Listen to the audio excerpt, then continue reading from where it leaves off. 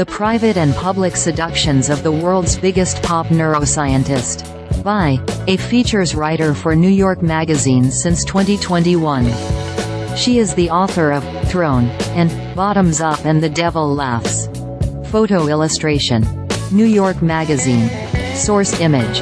Sciocomm MediaPhoto-Illustration. New York Magazine. Source image.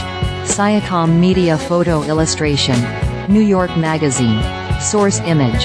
Sciocomm Media. This article was featured in One Great Story, New York's reading recommendation newsletter. Sign up here to get it nightly. For the past 3 years, one of the biggest podcasters on the planet has told a story to millions of listeners across half a dozen shows. There was a little boy, and the boy's family was happy, until one day, the boy's family fell apart. The boy was sent away. He foundered, he found therapy, he found science, he found exercise. And he became strong. Today, Andrew Huberman is a stiff, jacked 48-year-old associate professor of neurology and ophthalmology at the Stanford University School of Medicine. He is given to delivering 3-hour lectures on subjects such as the health of our dopaminergic neurons. His podcast is revelatory largely because it does not condescend, which has not been the way of public health information in our time. He does not give the impression of someone diluting science to universally applicable sound bites for the slobbering masses.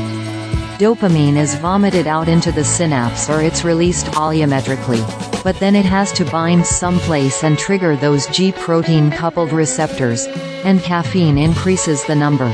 The density of those G-protein coupled receptors is how he explains the effect of coffee before exercise in a 2-hour and 16-minute deep dive that has, as of this writing, nearly 8.9 million views on YouTube. See all millions of people feel compelled to hear him draw distinctions between neuromodulators and classical neurotransmitters.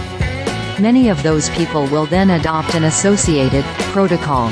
They will follow his elaborate morning routine. They will model the most basic functions of human life, sleeping, eating, seeing, on his sober advice. They will tell their friends to do the same. He's not like other bro podcasters, they will say, and they will be correct. He is a tenured Stanford professor associated with a Stanford lab. He knows the difference between a neuromodulator and a neurotransmitter. He is just back from a sold-out tour in Australia, where he filled the Sydney Opera House. Stanford, at one point, hung signs, "Authorized personnel only," apparently to deter fans in search of the lab. With this power comes the power to lift other scientists out of their narrow silos and turn them, too, into celebrities. But these scientists will not be Huberman, whose personal appeal is distinct.